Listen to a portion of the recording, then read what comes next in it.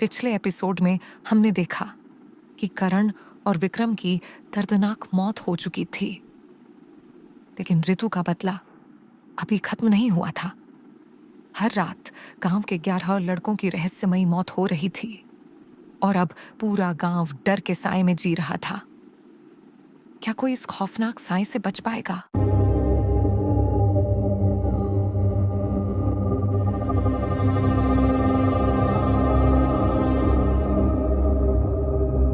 गांव में हर रात 11 लड़कों की रहस्यमयी मौत हो रही थी।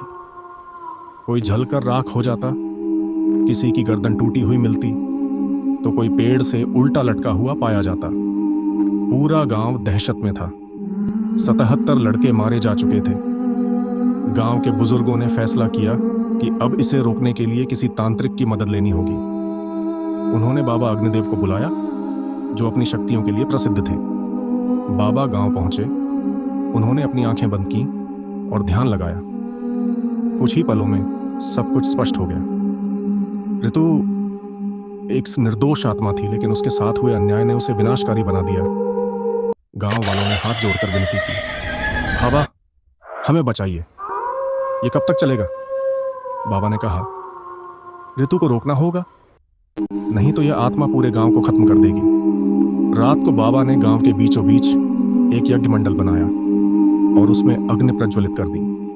उन्होंने कहा, ऋतु आज जरूर आएगी और आज ही इसका अंत होगा। जैसे ही घड़ी रात के 12 बजाने लगी, पूरे गांव में भयंकर आंधी चलने लगी। आसमान में काले बादल गरजने लगे। मंदिर के घंटे अपने आप बज उठे। अचानक हवा में एक भयानक चीख गूंजी, कोई मुझे नहीं रोक सकता।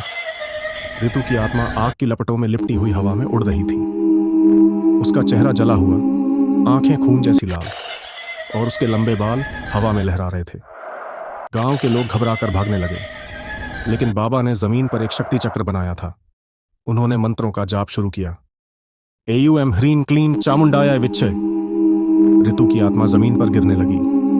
उसकी चीखें पूरे गांव में गूंज उठी, नहीं, मुझे रोको मत।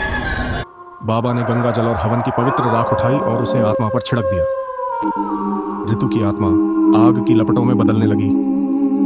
वह तड़पते हुए बोली, अब मुझे मुक्ति मिल रही है। कुछ ही पलों में ऋतु की आत्मा धुएं में बदल गई और धीरे धीरे हवा में विलीन हो गई। सुबह होते ही गांव में शांति थी। गांव वालों ने बाबा के चरणों में गिरकर उनका धन्यवाद किया।